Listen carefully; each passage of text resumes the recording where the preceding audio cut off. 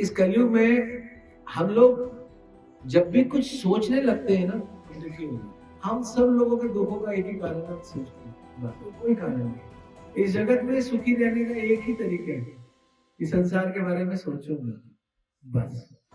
तो क्या करे प्रभु, दिमाग में सोचेंगे नहीं, हाँ, भगवान के बारे में सोचो।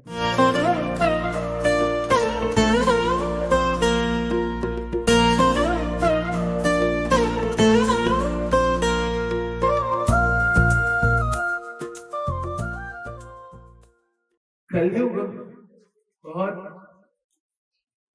दुख देता है, स्वाभाविक दुख देता है, क्योंकि कलयुग में दोष है। कले रे दोष नहीं देने राजा, ये राजा ये कलयुग दोष देता है, ये युग ही दोष का है। जैसे होता है ना कि कई चीजें अच्छी होती है, सतयुग का नाम है सत्य का युग, सब कुछ सत्य है ना। त्रेता युग में सब कुछ त्रेता यज्ञ पे आधार है, द्वापर में सब कुछ अनुष्ठान पर आधार है, तो कलयुग पे सब कुछ कीर्तन पे आधार है ना। कीर्ते ध्याय तो विष्णु त्रेता जगतु मगे द्वापर है परिचर्या नाम कलो तद हरि कीर्तन, कलयुग में हरि का कीर्तन। यहाँ पर इस कलयुग में हम लोग जब भी कुछ सोचने लगते हैं ना, हम दुखी हो जाते हैं। आपने अनुभव किया? किसने अनुभव किया? कुछ भी सोचने लगते हैं दुखी हो जाते हैं। किसने अनुभव किया? और जब तक नहीं सोचते सुखी रहते हैं। अनुभव किया? तो कलयुग में जब तक हम सोचते हैं तो दुखी रहते हैं, जब तक हम नहीं सोचते सुखी रहते हैं। आपको पता बच्चा सुखी क्यों रहता है? किसी को पता?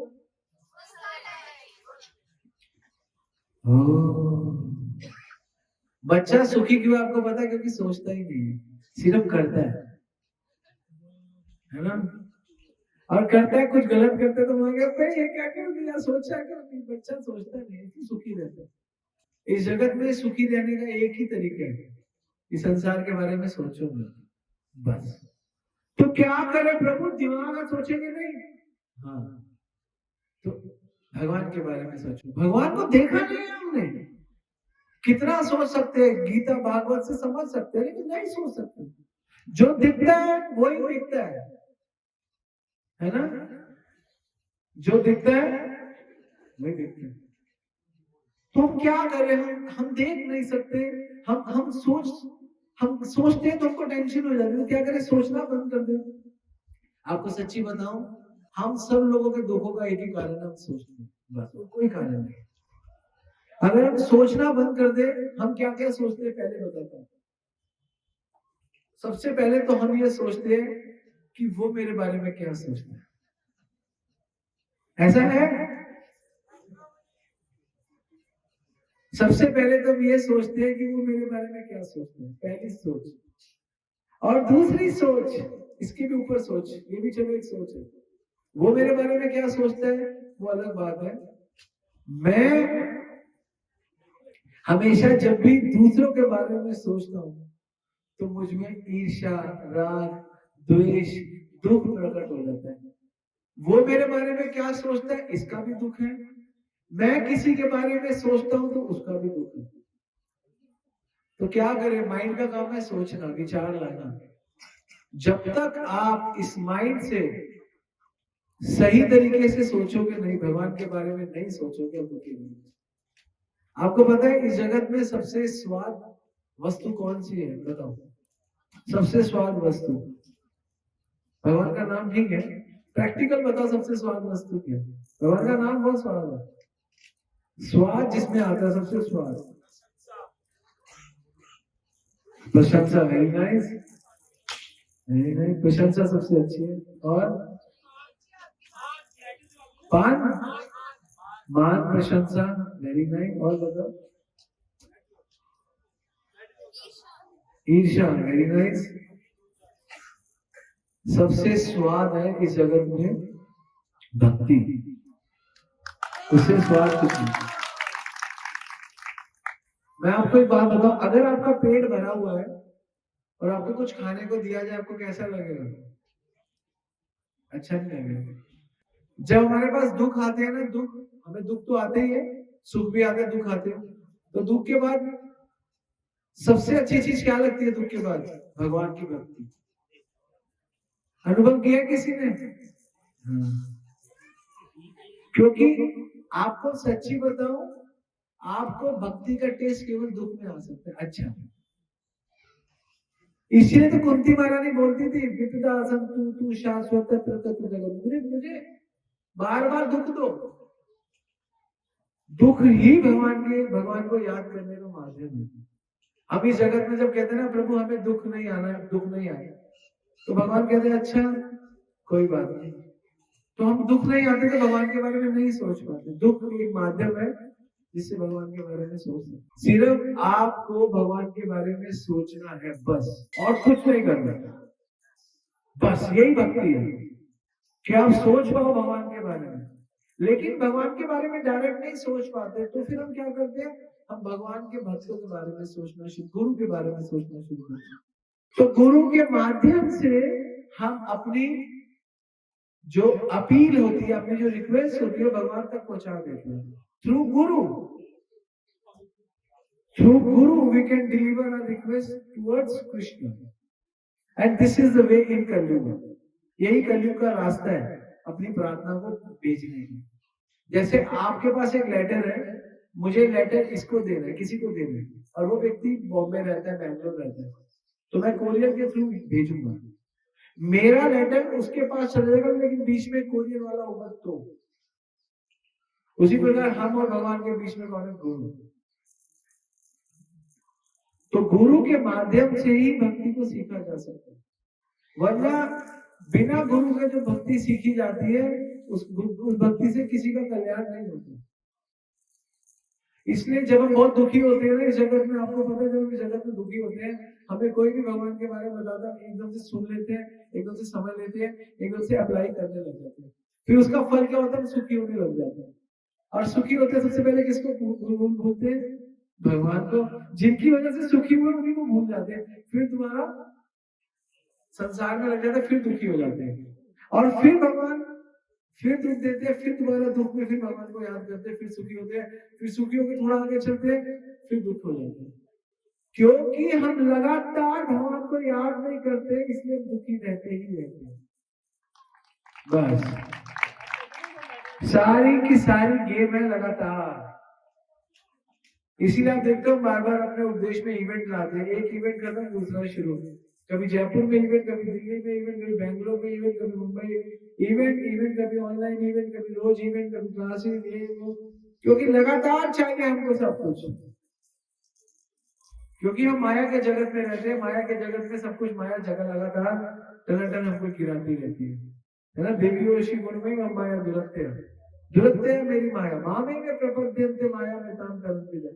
7वां अध्याय 14वां श्लोक भगवद गीता। भगवान कहते हैं मेरी शरण में आ जाओ, तेरे को माया से बाहर निकाल दूंगा।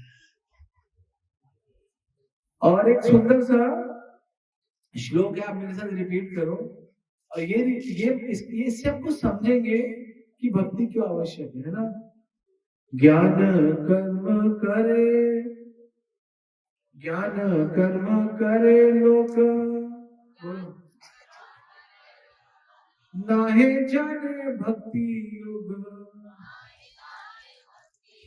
नाना मते है अज्ञान।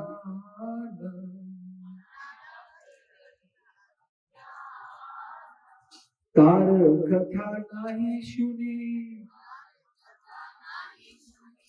परमार्थ तत्व जानी,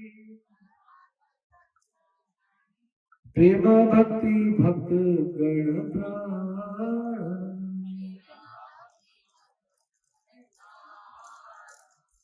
ज्ञान कर्म करे लोके, नहीं जाने भक्ति योगे, नाना मते है अज्ञान। तार कथा नहीं सुनी, परमार्थ तत्व जानी, प्रेम भक्ति भक्त गण प्राण। भक्ति में और ज्ञान में और बाकी कर्म में क्या फर्क है? एक फर्क है, भक्ति में साधन और साध्य एक है, ज्ञान में साधन और साध्य एक नहीं है, कर्म में साधन और साध्य एक नहीं है। कई लोग कहते हैं ना, आप हरे कृष्णा महामंत्र का जप करते हो, उनका सबसे अच्छा आंसर पता है क्या है?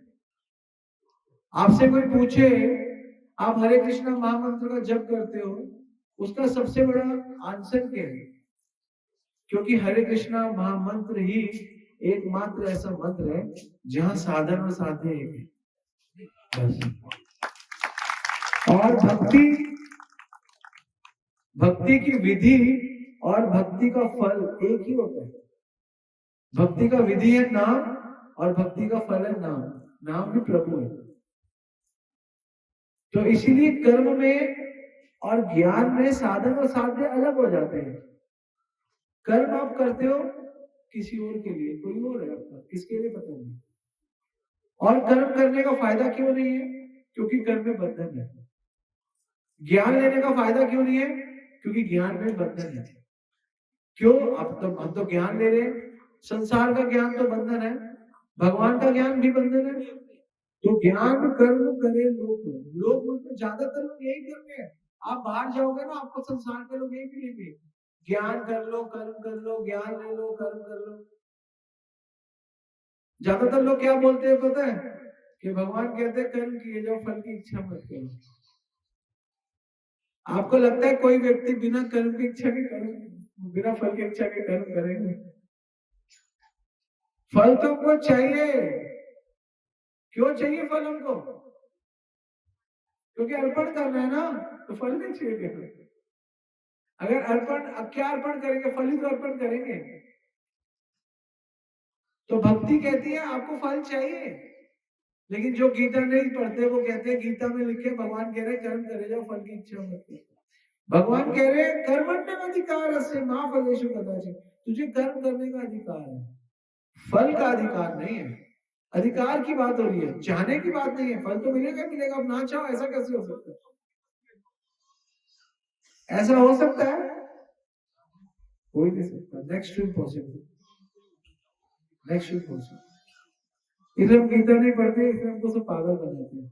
गीता में भगवान बोलते हैं बुद्धि युक्त जहाती उभय सुकृत दुष्कृत तस्मात् योगायोगो योग कर्मसु कौशलम। अर्जुन, जो बुद्धिमान लोग हैं, जहाती ही मतलब फ्री रहते हैं, फ्री। बुद्धिमान लोग फ्री रहते हैं किनसे? उभय सुकृत दुष्कृत, दोनों। उभय मतलब दोनों, अच्छे कर्मों से और बुरे कर्मों से। हम सोचते हैं बुरे कर्म नहीं करेंगे, अच्छे करेंगे, तो अच्छे कर्म का भी तो फल मिलेगा। अच्छा, अगले जन्म में अभिषेक बच्चन बन जाओगे, अमिताभ बच्चन पिता होगा, फल तो तब भी मिलेगा, मरोगे तो तब भी। तो ये तो बुद्धिमत्ता नहीं है, ये कोई समझदारी नहीं है। समझदारी ये है कि तस्मात् योगायोग स्व, योग में फिट हो जाओ, योग करने से कौशल, और योग में आके कर्म को कुशलता से करो। हम लोगों की प्रॉब्लम क्या है? हम लोगों को सोचना पड़ेगा। कई लोग, हम सुबह क्लास लेते हैं, लोग बैठते हैं प्रभु जी मैं क्या करूं, मेरा मन मुझे ऐसा करता है। आप देखते हैं सुबह उपदेश में सबसे ज्यादा क्वेश्चन मन पे आते हैं, पता है? क्योंकि यही गड़बड़ है और कोई गड़बड़ है ही नहीं। यही तो गड़बड़ और कोई गड़बड़ थोड़ा है। ये गड़बड़ होता है तो आंखें गड़बड़ कर देते हैं, ये गड़बड़ होता है तो बुद्धि गड़बड़ कर देते हैं, ये गड़बड़ होता है तो इंद्रियां गड़बड़ कर देते हैं। गड़बड़ तो यही है। और भक्ति के सिवा और कोई तरीका नहीं इसको ठीक करने का। और भक्ति इतनी पावरफुल है, इसको बिल्कुल शांत कर देती है, बिल्कुल सुला देती है। सो जा बबुआ, है ना, सो जा। आपको ऐसी भक्ति करनी है, आप मन को कंट्रोल कर लो। आपको मन कंट्रोल ना करना। आपकी भक्ति की पराकाष्ठा क्या है? कहते ना भक्ति में भगवान मिल गए, भगवान नहीं। जिस दिन आपने अपने मन को कंट्रोल किया, अगले क्षण भगवान आपको मिल जाएंगे, अगले क्षण। लंबा समय नहीं लगेगा, जिस क्षण आपने अपने मन को कंट्रोल कर लिया। पहले मन छोटी छोटी चीजें से कंट्रोल होता है, ये रोकना, ऐसा रोकना, है ना। तो निश्चलित बना, धीरे धीरे निश्चलित बना, मन को धीरे धीरे रोको, है ना। क्यों क्यों रोको? चंचल अस्थिर, यथा यथा नियम, नियम में ले आओ, इसको नियम में लाना पड़ेगा। तो वरना मन आपके आउट ऑफ कंट्रोल है, और कुछ नहीं है भक्ति भैया। भक्ति में 100 प्रकार का आडंबर है और एक प्रकार का काम है मन को कंट्रोल करना। इसीलिए यहाँ पे लिखा है ज्ञान कर्म करे लोक, लोक मतलब सारे लोग ज्ञान और कर्म कर रहे, कर्म कर रहे, कर्म कर रहे, कर्म कर रहे, और छोटा मन भौतिक ज्ञान ले रहे। ना ही जाने भक्ति योग, भक्ति योग नहीं जानते, है ना। नाना गते हईले अज्ञान, और जितना भी ज्ञान ले रहे हो, कुछ भी सीख रहे हो, सब अज्ञान है। नरोत्तम दास ठाकुर कहते हैं आप जो भी कुछ सीख रहे हो, अगर आप भक्ति नहीं सीख रहे हो तो आप अज्ञानी के अज्ञानी रहोगे। क्या रहोगे? आप कुछ भी सीख रहे हो, अगर भक्ति नहीं सीख रहे तो आप अज्ञानी हो, आप बिल्कुल मूर्ख हो। भक्ति सीखने की चीज है। भक्ति का मतलब क्या होता है? भक्ति आपके अंदर अच्छे गुण सीखना, अच्छे गुणों को रखना। हम कितनी चीजों में इतना समय लगाते, सही चीज में समय नहीं लगाते। एक सुंदर सी कथा थी, एक बाबा के पास एक स्त्री एक बाबा के पास गई, बाबा मेरे पति से बनती नहीं है, रोज लड़ाई होती है, क्या करूं, बहुत झमेला है। कहते चले काम कर, तेरा एक ही इलाज है, तू सांप शेर की मूंछ का बाल ले आ। यदि तूने शेर की मूंछ का बाल ले आई तो तेरी अपने पति से अगले दिन बन जाएगी, आशीर्वाद है मेरा। वो गई एक बार चिड़ियाघर गई, चिड़ियाघर में देखा शेर, और शेर को पहले कुछ खिलाया, शेर ने कुछ खाया, रोज जाती रही, शेर को खिलाती रही। शेर को पता चल गया, शेर ने हाथ मारने की इजाजत दे दी। 1 महीने तक शेर को हाथ मार दिया अंदर। 1 महीने के बाद फिर 2 महीने तक ऐसे हाथ मारती रही। फिर शेर, जो शेर का रिंग मास्टर था, उसको बोला मैं अंदर आ जाऊं। उसने बोला नहीं, अभी काट लेगा आपको, अंदर मत आओ, आप यही करती रहो, यही ठीक है। 3 महीने 4 महीने हो गए, 5 महीने हो गए। 5 महीने बाद कहती है आओ। उसने कहा अब अंदर आ जाओ, आपको पहचान गया। अंदर गई, शेर ने पहचान लिया, शेर ने प्यार किया, तो बैठे बैठे शेर का बाल का तोड़ 6 महीने बाद तोड़ ले। कहते बाबा ये लो। बाबा हैरान, कहते सही में? कह रहे कैसे किया? कहते बाबा 6 महीने से प्रयास कर रही हूँ। तो कहती अरे मूर्ख स्त्री, तूने शेर को अपने वश में कर लिया प्यार से, तेरा आदमी तेरे वश में नहीं होता है। तू शेर को प्यार से अपने वश में कर रहा है, जिससे जो दुनिया के वश में नहीं आ सकता। तो अगर 6 महीने इतना प्यार अपने आदमी को कर लेती तो वो तेरे वश में आ जाता। तो बाबा ने उसको समझाया, तेरे को पता है ऐसा क्यों हुआ? कहते बाबा बताओ। कहती है क्योंकि तूने मन में एक फोबिया, एक क्या कहते हैं, एक धारणा बनाई हुई है कि तू अपने पति को ठीक नहीं कर सकती, और एक नया सब्जेक्ट तेरे जीवन में आ गया, शेर। नया सब्जेक्ट, क्योंकि तू जानती नहीं है उसको, लेकिन तूने सोचा हाँ। उसी प्रकार जीवन में हम जब सब्जेक्ट बना लेते हैं उल्टे सीधे, हम नहीं कर पाएंगे, हम नहीं कर पाएंगे। प्रभुपाद जी कहते थे no is the word in the foolish dictionary. मूर्ख लोगों की डिक्शनरी में जो शब्द है उसका नाम है ना, ना ना। उन्होंने कहा मूर्ख लोग। तो जब वो स्त्री 6 महीने के अंदर शेर को अपने वश में कर सकती है, आसान है शेर को वश में करना, बहुत मुश्किल है। तो वो तो जानवर है, वो वश में आ गया, तो इंसान भी वश में आ जाता है। और इंसान को तो छोड़ो, शेर 6 महीने लगा, इंसान 4 महीने लगे, लेकिन भगवान 2 महीने में ही, महीने में ही, मिनट में ही अपने वश में आ जाएंगे, है ना। प्रेम के वश अर्जुन रथ आक्यो, भूल गए ठकुराई, सबसे ऊंची प्रेम सगाई, सबसे ऊंची प्रेम सगाई। तो भक्ति के लिए आपको भगवान को वश में करना है। और भगवान कैसे वश में होते हैं? आचार्य लोग बताते हैं भगवान को वश में करने का तरीका। एक सुंदर सा श्लोक है, चैतन्य चरितामृत में वो श्लोक पढ़ते हैं। प्रेम हेते कृष्ण, प्रेम हेते कृष्ण है निज भक्त संग। बोलो, प्रेम हेते कृष्ण है निज भक्त संग, प्रेम हेते निज भक्त संग, प्रेम हेते पाए कृष्ण सेवा सुख न, सेवा सुख न।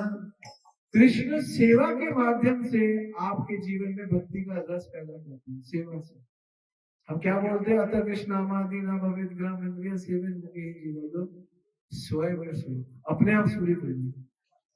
तो भगवान की सेवा करना जीव का परम चरम धर्म है। और पहली बात तो लोगों को पता नहीं भगवान कौन है, और उसके बाद लोगों को पता नहीं सेवा कौन सी।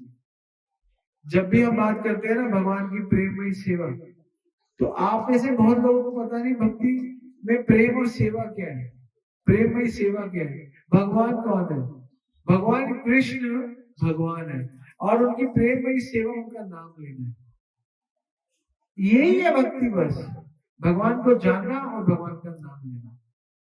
आप कहते हो आप जन्मों जन्मों तक नहीं जान सकते भगवान कौन है, और फिर अगर जान भी जाओगे तो जन्मों जन्मों तक ये नहीं पता कर पाओगे उनकी सेवा क्या है। और जब ये सेवा करने लगोगे तो उसके बाद बाकी सेवाएं करने लगोगे। पहली सेवा ये है। तो याद रखना, भगवान अपनी नित्य सेवा सेवा में, और यहाँ पे साधु संत अपनी सेवा में तब लगाते हैं जब मिनिमम सेवा आप नाम लेते। सीरियसली आप समझे, हम लोग कहते हैं ना, और हरे कृष्ण महामंत्र भी यही है कि कृष्ण मुझे भगवान की सेवा, हे राधा रानी मुझे ठाकुर जी की सेवा में लगाओ। हम बोलते ना हरे कृष्ण कृष्ण कृष्ण हरे हरे, हरे राम राम राम हरे। इसका मतलब भगवान मुझे अपनी सेवा में लगाओ। आप सोचते हो मंत्र करते हैं, भगवान का नाम लेते हैं कि आगे सेवा कर सके, वरना हम सेवा ही नहीं कर पाएंगे भगवान की, क्योंकि नाम ही सबसे बड़ी सेवा है। इसीलिए जितने भी आचार्य हैं वो यही नाम प्रभु के बारे में बोलते हैं कि नाम लो। इसीलिए बोला गया कि नाना हाथे हाइले अज्ञान, और नाम के सिवा इस जगत में सब अज्ञान, एवरीथिंग इज अज्ञान। आपको पता है अर्जुन भगवान का नित्य पार्षद है, और अर्जुन को भगवान गीता में ज्ञान दे रहे हैं सतत कीर्तन, वो भगवान का पार्षद है। क्यों भगवान ने अर्जुन को गीता में बोला कि कीर्तन करो, कौन बताएगा। भगवान के साथ रहते तो कीर्तन करने की क्या जरूरत है, क्योंकि अर्जुन को अज्ञान आया, तो अज्ञान से बाहर निकलने का सबसे सुंदर रास्ता है भगवान का नाम। भगवान ने अर्जुन को भी नहीं छोड़ा गीता में, अर्जुन को ही बोल दिया कि नाम ले। आप क्या समझे, अगर आप भगवान के भक्त भी हो और भगवान का नाम नहीं लेते हो, अर्जुन भी हो तब भी भगवान के नाम लो। अर्जुन को भगवान बोले सतत कीर्तन तुम, अर्जुन तो भक्त है भगवान का, भक्त को क्या जरूरत है बोलने की। इसका क्या मतलब है कि कभी कभी आप टेंशन में आ जाओ तो भगवान का नाम लो, जैसे अर्जुन भी कभी कभी टेंशन में आ गया तो भगवान का नाम लो, यही तो मतलब है। अर्जुन को बोलना कीर्तन करो एक ही मतलब है, अर्जुन तो कीर्तन में ही रहता है, लेकिन जब थोड़ा थोड़ा संसार में दिक्कत में आता है तो अर्जुन को भी बोलना पड़ता है नाम। तो इसीलिए गुरु की आवश्यकता हर कसौटी पर है। कृष्ण भगवान है, लेकिन भगवान को गुरु बनने में मजा आ रहा है। कृष्ण को गुरु बनने में मजा क्यों आ रहा है बताओ। कृष्ण तो भगवान है, भोक्तारम यज्ञम सर्वलोकम महेश्वरम, तो कृष्ण को गुरु बनने में क्यों मजा आता है, क्योंकि जो आनंद भगवान का गुणगान करने में है, वो भगवान को अपना गुणगान लेने में नहीं आता। भगवान का कोई गुणगान करता है, भगवान को जितना आनंद आता है भक्त को उससे ज्यादा आनंद आता है। ये आपको नहीं पता, क्योंकि हम अभी इतने प्योर नहीं है। तो भक्त भगवान का गुणगान क्यों करता है, क्योंकि भक्त को आनंद आता है। भक्त भक्तों का गुणगान क्यों करता है, क्योंकि भक्तों का गुणगान करने में आनंद आता है। भक्ति का पराकाष्ठा यही है, भगवान और भक्तों का गुणगान। अगर जहां पर भक्त और भगवान का गुणगान नहीं है, वो भक्ति बहुत फीकी है, और ये मायावाद सिद्धांत के विरुद्ध है, ये सहजियों के भी विरुद्ध है। केवल वैष्णव लोग जान सकते हैं इसके बारे में कि शुद्ध भक्ति भगवान और भगवान के भक्तों का गुणगान, यही शुद्ध भक्ति है। हमारे कितने सारे भक्त हुए रामायण में, महाभारत में, पुराण में, भागवत में, सब लोग क्या कर रहे हैं, व्यास देव जी गुणगान कर रहे हैं, भीष्मदेव गुणगान कर रहे हैं, कुंती महारानी गुणगान कर रहे हैं, सुखदेव गोस्वामी कीर्तन के माध्यम से गुणगान कर रहे हैं और आनंद ले रहे हैं गुणगान करके। और गुणगान करके उनको आनंद नहीं आ रहा, परीक्षित महाराज को भी आनंद आ रहा है, अर्जुन को भी आनंद आ रहा है, जो श्रवण कर रहा है उसको भी आनंद आ रहा है। तो श्रवण में भी आनंद है और कीर्तन में भी आनंद है। और इनका क्या क्या सिस्टम है, जब जो श्रवण करता है उसको कीर्तन करने वाले से ज्यादा आनंद आता है। जो श्रवण करता है उसको कीर्तन करने वाले से ज्यादा आनंद आता है। और जब श्रवण करने वाला सिंसियर श्रवण करता है तो कीर्तन करने वालों को उससे ज्यादा आनंद आता है। क्या बोला मैंने? जब श्रवण करने वाला, जब सुनने वाला कीर्तन करने वाले से ध्यान से कीर्तन करता है तो उसको श्रवण करने वाले को बहुत आनंद आता है। और जब श्रवण करने वाला श्रवण करके आनंद में रहता है तो जो बोलता है उसको और ज्यादा आनंद आता है। यही है। तो ये जैसे कहते हैं ना, भक्ति एक दूसरे पे फैलती है, श्रवण कीर्तन भी ऐसे ही है। भक्ति में ये दो ऐसे हथियार है, श्रवण और कीर्तन। भगवान के बारे में सुनना और भगवान का कीर्तन करना, ये दो ऐसे हथियार है। ये केवल स्पेशल डिस्काउंटेड रेट पे भक्तों को दिए गए, बाकी लोगों को नहीं दिए गए। बाकी लोगों को कुछ और दिया गया, लेकिन भक्तों को श्रवण और कीर्तन दिए गए। योगियों को बहुत कुछ दिया गया, योगियों को ध्यान दिया गया, लेकिन भक्तों को श्रवण और कीर्तन दिया गया। तो आपका इतनी दूर से यहाँ पर आना और कीर्तन ना करना और श्रवण ना करना, बेशक खेलना इज गुड, पर श्रवण नहीं हुआ, कीर्तन नहीं हुआ तो आनंद कैसे आएगा? तो बोलते हैं ज्ञान कर्म करे लोग नहीं जाने भक्ति होगा, नाना करते हिले अज्ञान। जो भी कुछ कर रहे हैं सब अज्ञान है ना। आगे बोलते तारा कथा ना ही सुनी, जिसने आपकी कथा नहीं सुनी, परमार्थ तत्व जानी। वो व्यक्ति परमार्थ तत्व को जान सकता है, जिसने नहीं सुनी वो नहीं जान सकता परमार्थ तत्व को, है ना। प्रेम भक्ति भक्त कर प्राण, भक्तों का प्राण है भगवान की कथाएं। भगवान ने इतनी लीलाएं करी, भगवान ने माखन चुराया, है ना। वो लीला कितनी सुंदर है, कितनी सुंदर लीला। जब हम बोलते हैं उस लीला को सुनकर आप लोगों को आप 1 मिनट में पहुंच जाते हो। कहां पहुंच जाते हो? गोकुल, है ना।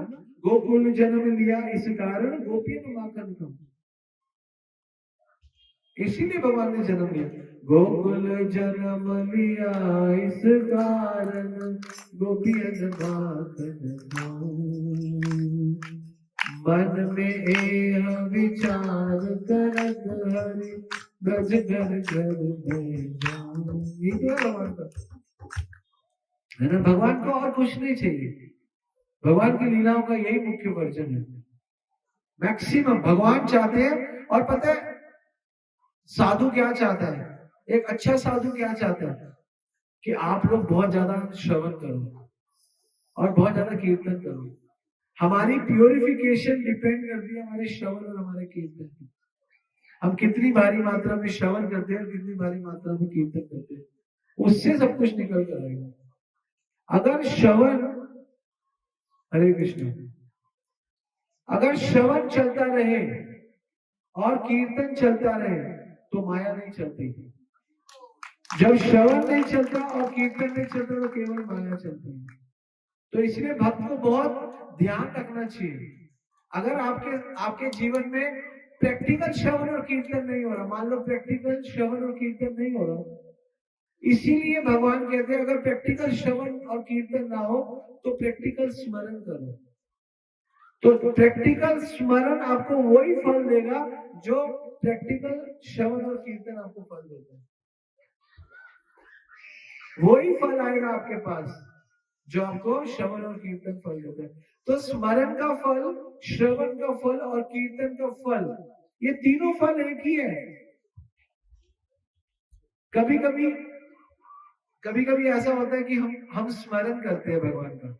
आपको पता है कभी कभी स्मरण करते करते करते करते हमारे जितने भी आचार्य थे वो स्मरण में रहते थे, लेकिन फिर भी कभी साधु संत आते थे तो फिर भी उनको बिठा के कहते थे श्रवण करो। क्यों? जब आप स्मरण में हो, अगर आप स्मरण में हो तो श्रवण में क्यों जाओ? श्रवण तो नीचे की विधि है, स्मरण तो ऊंची विधि है। क्यों? ऐसा क्यों?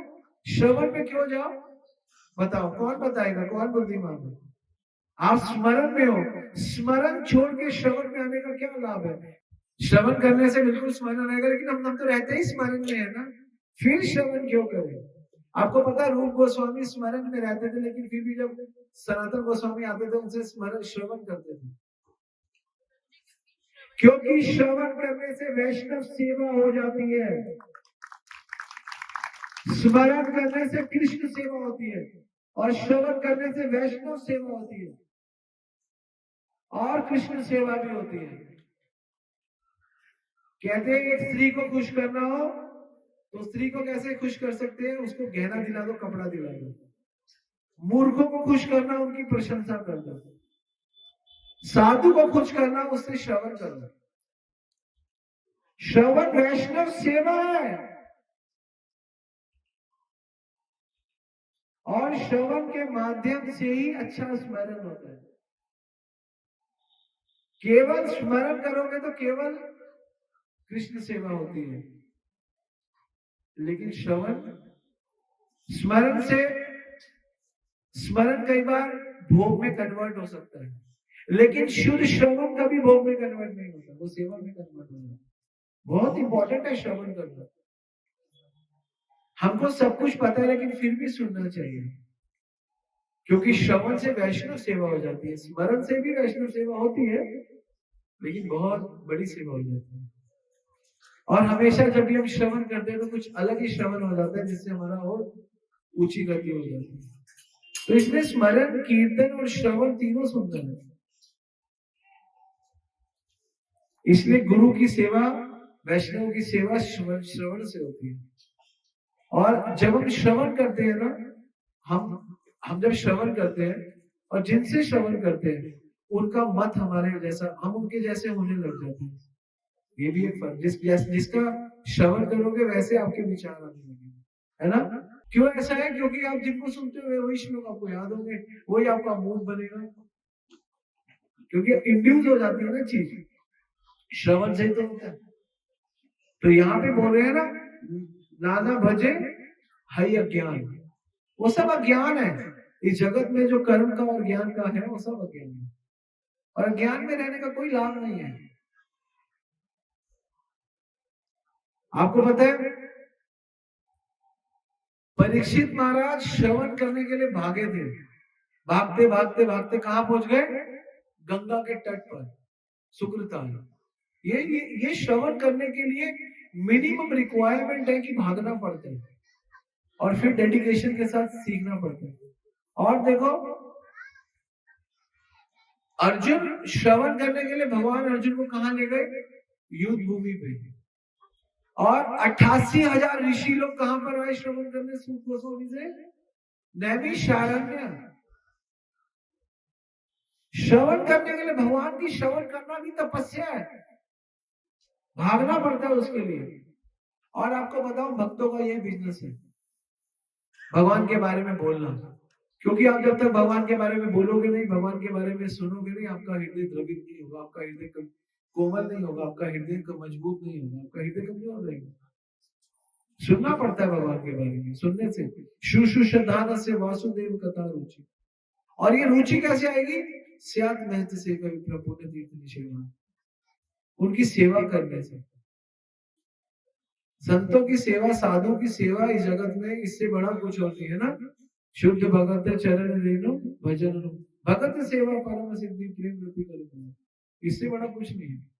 हम अपनी सेवा में, हम भगवान को कहते हैं ना, हमारा सेवा भाव, हमारा सेवा भाव, हमारा सेवा भाव भगवान एक्सेप्ट कैसे करते हैं? केवल साधु सेवा से, और कोई दूसरे तरीके से नहीं करते। How we are serving to sadhu, how we are serving to guru, this is the way. यही तरीके है हमारी सेवा को, भक्तिमय सेवा को भगवान को अर्पित करने में। वरना हमारी सेवा का कोई लक्ष्य नहीं है। लेकिन प्रॉब्लम क्या, आजकल सारे साधु ढोंगी हो गए, लालची हो गए, तो पता नहीं चलता कौन सही साधु है। सही साधु कौन है? जो आपको कहे भगवान का नाम लो। सही साधु कौन है? जो आपको कहे गीता पढ़ो। सही साधु कौन है? जो आपको कहे भागवत पढ़ो। वही सही साधु है जो आपको सही विधि से जोड़े, है ना। सार्थक भजन पथ साधु संग अविरत, श्रवण स्मरण कृष्ण कथा, प्रेम भक्ति है यदि तभी है मन शुद्धि, तभी जाए हृदय में गति। तो यही तरीका है शुद्ध होने का, साधु संग करने का। साधु संग ही सब कुछ है, और कुछ नहीं है।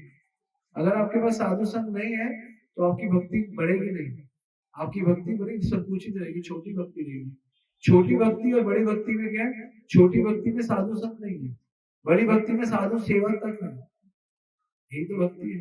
तो श्रवण ही सबसे बड़ी सेवा है इस जगत में। सबसे बड़ी वैष्णव सेवा क्या है? श्रवण। क्योंकि जब आप श्रवण करोगे वैष्णव से, इससे बड़ी कोई साधु सेवा नहीं है। क्यों ये सबसे बड़ी साधु सेवा है? क्यों? क्योंकि साधु ये ज्ञान ले क्यों रहे हैं? क्या रखने के लिए थोड़ा दे रहे हैं? इतना पढ़ क्यों रहे हैं? रखने के लिए थोड़ा, ये पूरे जगत का कल्याण करने के लिए। संत लोग जगत का कल्याण करते हैं। कोई व्यक्ति अच्छा और बुरा आपका अच्छा नहीं कर सकता, केवल साधु ही आपका अच्छा कर सकता है। क्योंकि अच्छा आपको पुण्यों में फंसा देगा, बुरा आपको पापों में फंसा देगा, साधु आपको भगवान में फंसा देगा। ना अच्छे में फंसना, ना बुरे में फंसना, साधु भगवान में फंसना है। कोई हमारी होनी होती है, जब कोई एंगल फेंकते हैं, क्या कहते हैं उसको? क्या कहते हैं? लंगड़। कोई ऐसा लंगड़ फेंको कि साधु मिल जाए, ये असली लंगड़। तो ऐसा लंगर फेंको कि साधु मिल जाए। साधु क्या मिल जाए? साधु सेवा मिल जाए, भक्त सेवा मिल जाए। जो व्यक्ति श्रवण करता है, जितनी देर तक, जितना मैक्सिमम सुनता है भगवान के बारे में, कथाएं सुनता है, वो उतना भक्ति में मजबूत होता है। और जो श्रवण नहीं करता कभी मजबूत नहीं होता, वो कमजोर हो जाता है, उसकी बुद्धि, उसका मन, उसका सब कमजोर हो जाता है, वो प्रगति नहीं कर पाता। क्योंकि साधु से सुन लेना, सुनना चाहिए। भगवान अर्जुन को यही तो कह रहे हैं। क्या कह रहे हैं? अर्जुन मुझे मन दे, मन बना भगवत भक्त हो, मेरा भक्त बन।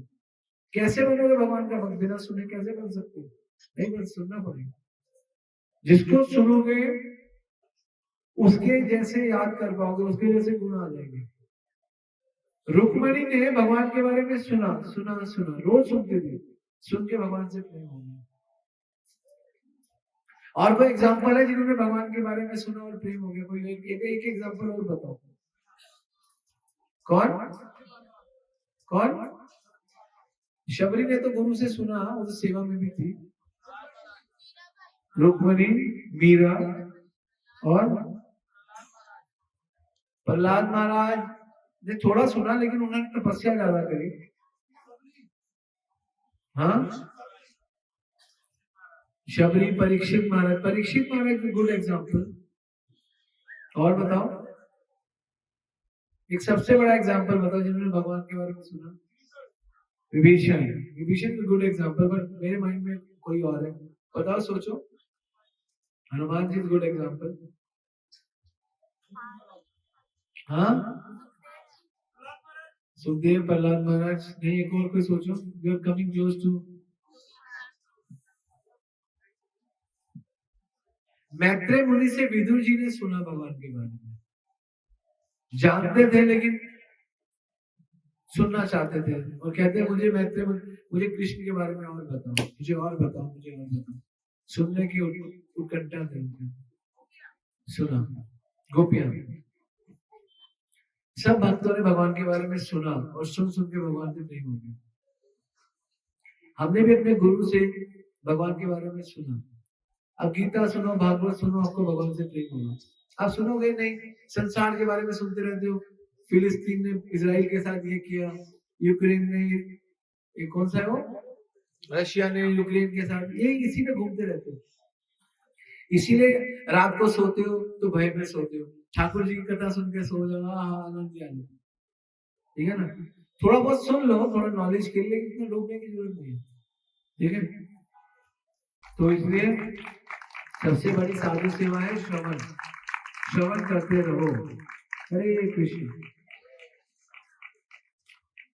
अब आपसे कोई पूछे कि श्रवण क्यों करना चाहिए स्मरण की स्थिति में भी, बताओ।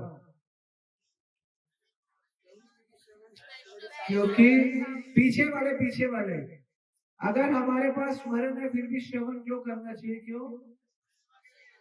ठीक है। हरे कृष्ण।